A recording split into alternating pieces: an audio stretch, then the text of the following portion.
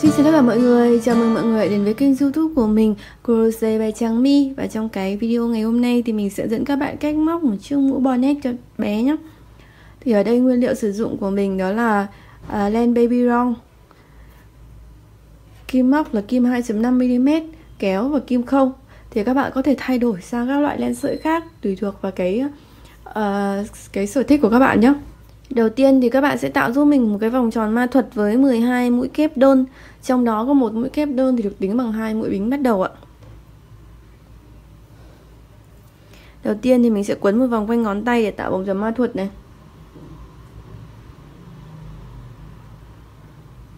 Mình lấy kim ở dưới này như thế này nhá, và lấy mũi bính lên nhá. 1 này, 2 này. 2 mũi bính này sẽ được coi như là một mũi kép đơn ạ. Sau đó thì các bạn sẽ móc tiếp 11 mũi kép đơn nữa vào cái vòng tròn này.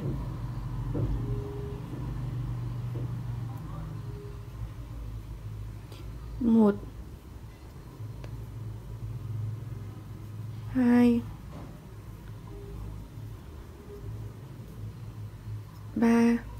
Thì cứ như vậy các bạn móc tiếp cho đến hết hàng ạ. Sau khi mà mình được 12 mũi kép tính cả 2 bính bắt đầu ấy, thì các bạn sẽ kéo cái phần dây này nhá để đặt thít lại cái vòng tròn.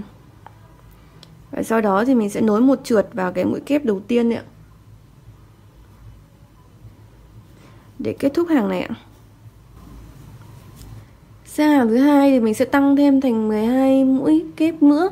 Thì để tăng được 12 mũi, mình sẽ thêm mỗi mũi vào một mũi, tức là các bạn sẽ móc 2 mũi kép vào cùng một mũi. Đầu tiên này 2 bính đi lên, mình coi là một kép. Sau đó thì các bạn sẽ móc 2 kép vào cái mũi kép đầu tiên này. 1, 2. Cái này coi là một kép, và còn một mũi nữa thì mình sẽ móc khi đến hết hàng nhé. Và sau đó các bạn cứ tiếp tục này, cứ 2 mũi vào một chân ạ. 1, 2 ạ. Và lặp lại cho đến khi hết hàng. Đây là khi đến cuối hàng, thì đến cuối hàng các bạn sẽ móc một kép nữa vào cái mũi chuột này này.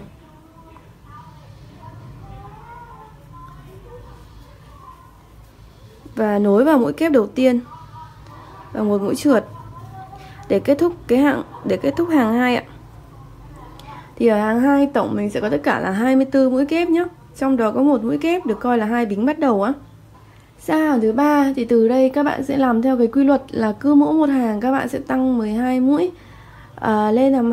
Hàng 3 sẽ là 36, hàng 4 là 48, hàng 5 là 60. Mình cứ tăng tiến như vậy. Thì hàng 3 là từ 24 lên 36, thì 2 mũi mình sẽ thêm một mũi nhé. 2 bính đi lên này, coi là một kép nữa vào cái mũi kép bên cạnh là 2 mũi kép, đúng không ạ? Mình được 2 mũi kép thì các bạn sẽ thêm một mũi vào tại cái vị trí này để được 3. Mình coi như đây là 2 thêm 1 đấy. Tiếp tục thì mình lại móc một kép và một kép tiếp là 1 này, 2 này. Thì mình sẽ thêm 1 này,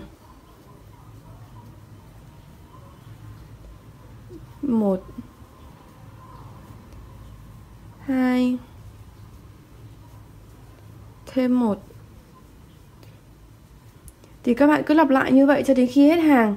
Thì đến hết hàng của mình vào cái mũi cuối cùng này sẽ là 2 mũi vào một mũi nhé. Thế là 2 thêm 1 ấy, là sẽ ở vị trí cuối này. Và sau đó thì nối một trượt vào cái mũi kép đầu tiên để kết thúc hàng. Thì cứ tương tự như vậy nhé. Các bạn sẽ tăng tiến 12 mũi sau mỗi một hàng. Và sang hàng thứ tư thì mình sẽ là 3 thêm 1, 2 bính, coi là một kép, 2, 3. Thì 3 mình sẽ thêm 1 để được 4 này ạ. Từ 3 mũi thì mình sẽ ra 4 mũi. Tương tự như vậy. 1, 2, 3, thêm 1. Cứ tương tự như vậy các bạn sẽ lặp lại cho đến khi hết hàng. Đến cuối hàng của mình thì cũng sẽ là 3 thêm 1 là 2 mũi và một mũi cuối cùng, rồi một trượt sang cái mũi kép đầu tiên để kết thúc hàng. Và hàng 5, 6, 7 các bạn cũng lặp lại tương tự như vậy cho đến khi nào mà cái vòng tròn chu vi này, chu vi vòng tròn của mình nó sẽ bằng kích thước vòng đầu của bé thì các bạn sẽ dừng lại nhá. Đây là sau khi mà mình đã móc xong cái vòng tròn chóp mũ thì mình móc cho bé sơ sinh 1-2 tháng tuổi, nên là mình sẽ chỉ dừng lại ở đây. Cái kích thước của mình nó rơi vào khoảng tầm 38 cm cái vòng chu vi này ạ. Nếu các bạn cần chính xác nhé, ví dụ như là các bạn móc cho bé 3 tháng, vòng đầu là 41 cm thì nó chỉ chênh ra có 3 cm thôi, mà nếu mà các bạn thêm nguyên một hàng tăng 12 mũi nữa nó sẽ bị nhảy lên nhiều hơn ấy, nhiều hơn là 41 cm ấy, thì đến lúc đó thì các bạn sẽ đo giúp mình 1 cm tương ứng với mấy mũi, rồi các bạn sẽ chỉ thêm từng đấy mũi ở hàng sau. Ví dụ như là các bạn sẽ chỉ thêm 5 mũi ở hàng sau thôi, và các bạn tản đều các vị trí thêm ra, mình chia tương đối ra thôi. Cứ khoảng ở đây một mũi này, 2 này, 3 này, 4 này, 5, chia tương đối nó ra để nó đều ở trên cái mũ là được ạ. Tiếp theo là đến cái phần thân mũ. Phần thân mũ thì các bạn sẽ móc cái hoa văn sò cho mình nhá. Để lúc kết thúc thì nó như thế này. Đầu tiên thì mình đi lên một mũi bính này. Sau đó các bạn ra cách ra 2 mũi, 1, 2, móc vào mũi thứ 3, 5 mũi kép ạ. 1, 2, 3,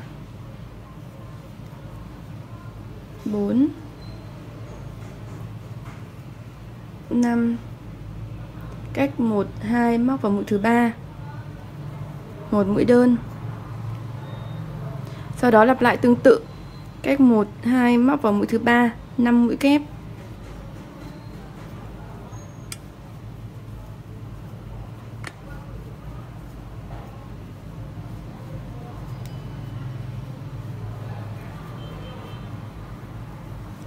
Cách 1, 2 móc vào mũi thứ 3, một mũi đơn.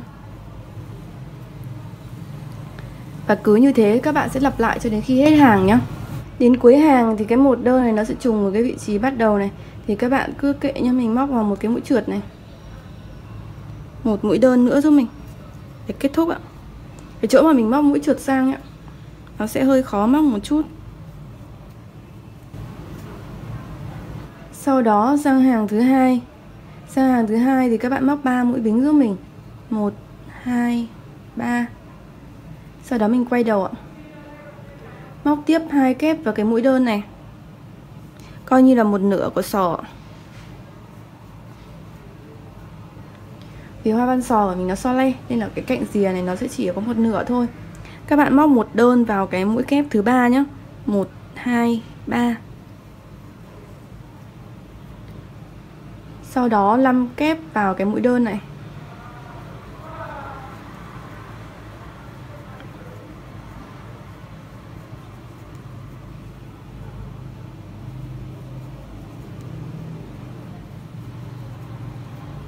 Tương tự mũi đơn vào mũi thứ 3, 1, 2, 3.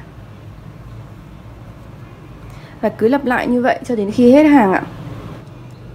Đến cuối cùng thì các bạn sẽ móc vào một cái mũi bính bắt đầu của mình ấy. Cái mũi bính này ạ, coi là một mũi đơn ấy, thì các bạn sẽ móc vào đó là 3 mũi kép ạ, một nửa của sò ạ.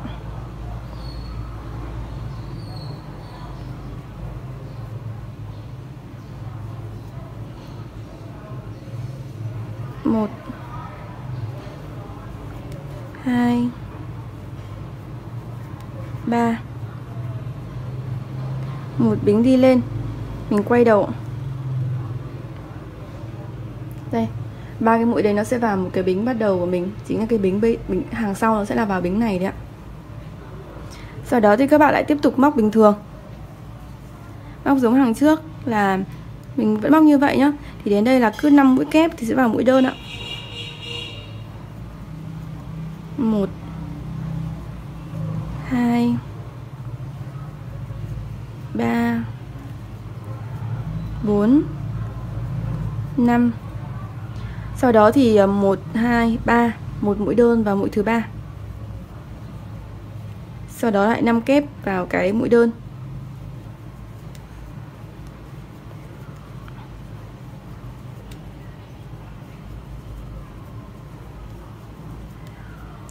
rồi một đơn vào mũi thứ ba. Và các bạn cứ tiếp tục lặp lại như đến cuối hàng thì một đơn cuối cùng của mình sẽ vào vị trí mũi bính thứ ba nhé, của cái 3 bính bắt đầu ấy. Và sau đó thì các bạn sẽ lại tiếp tục lặp lại hai cái hàng vừa rồi cho đến khi nào cái kích thước của mình ấy, chiều dài mũ của mình tính từ đỉnh mũ cho đến hết phần móc nó sẽ bằng với cái kích thước từ đỉnh đầu cho đến qua tai của bé. Ví dụ như ở đây là mình đang có khoảng 8,5 cm thì mình móc cho bé khoảng 2 tháng tuổi thì mình sẽ móc đến 14 cm nhé. Sau khi đã móc xong đủ chiều dài mũ như thế này thì các bạn có thể gập vào như thế này thì đo sẽ dễ hơn này. Gập 4 nhá. Nó sẽ phẳng. Thì đây là sau khi mình đủ kích thước rồi ạ. Chênh lên một chút xíu để nó tùy vào cái mũi móc của mình nó kết thúc ra làm sao nữa. Sau đó thì mình sẽ móc cái phần dây buộc. Phần dây buộc thì các bạn sẽ móc từ đây đi. Cái mũi cuối cùng ấy thì các bạn móc giúp mình khoảng 70 mũi bính. Tùy theo nếu mà sợi các bạn nhỏ hơn hay to hơn thì các bạn có thể giảm cái kích thước này đi để đủ đến cái kích thước mà các bạn buộc được ấy ạ.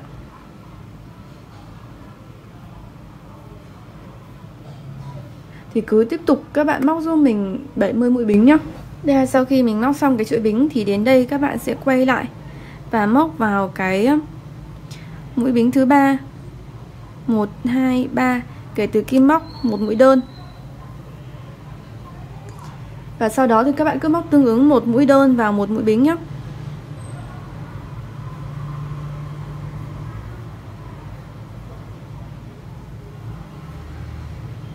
Các bạn cứ tiếp tục một đơn vào mỗi một bính cho đến khi quay trở về đây ạ. Đến đây thì với một cái mũi đơn ở đầu thì các bạn móc một đơn vào một cái móc ngang nhé, vào mũi đó. Còn một kép ở đầu thì các bạn móc 2 mũi. Cái mũi đơn này mình sẽ móc như thế này ạ. Các bạn móc vào cái khoảng trống này cũng được. Một đơn này sang một kép đây ạ. Thì mình móc 2 đơn ạ.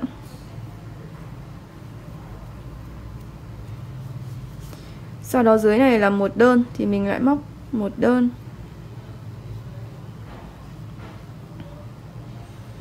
Một kép hoặc là 3 bính ấy thì mình móc 2 đơn này. Cứ mũi tương ứng mũi kép thì mình móc 2 mũi, còn mũi tương ứng mũi đơn thì mình móc 1. Các bạn cứ móc như vậy cho đến cái phần này nhá. Đến đây thì các bạn sẽ móc một mũi đơn vào bên này và bên này rồi chập lại là một giúp mình. Đây nhá, mình móc như thế này. Sang bên này. Rồi chập 2 mũi vào là 1. Sau đó các bạn lại móc bình thường là đây là một kép này. Thì mình móc 2 mũi đơn.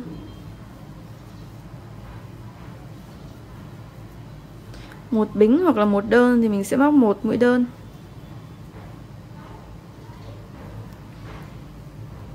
Tiếp lên trên này 2 đơn. Rồi 1. Thì các bạn cứ tiếp tục như vậy cho đến hết cái phần này, cho đến đây.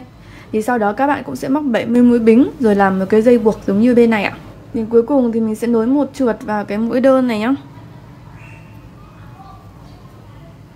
Các bạn nối vào chính giữa mũi. Thế ạ, mình xong cái dây còn lại.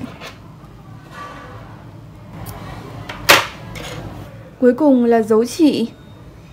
Thì tại cái vị trí mà mình đâm mũi trượt ấy thì các bạn sẽ móc, các bạn sẽ đưa dây ra đằng sau tại đó.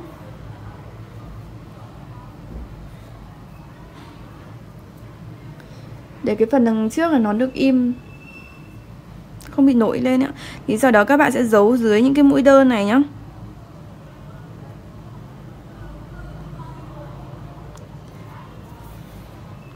Và các bạn sẽ tạo một cái nút thắt như thế này. Mình khâu ngược lại. Đây ạ. Thì mình khâu ngược lại để nó thắt vào và cố định cái chỉ giấu ở bên dưới ạ. Sau đó thì các bạn tiếp tục giấu. Mình giấu dài ra một chút thì cái chỉ của mình nó sẽ chắc hơn ạ. Như vậy là mình đã hoàn thiện xong chiếc mũ bonnet này cho bé đấy ạ. Rất đơn giản và họa tiết nó khá là kín và dày, ấm cho bé ạ.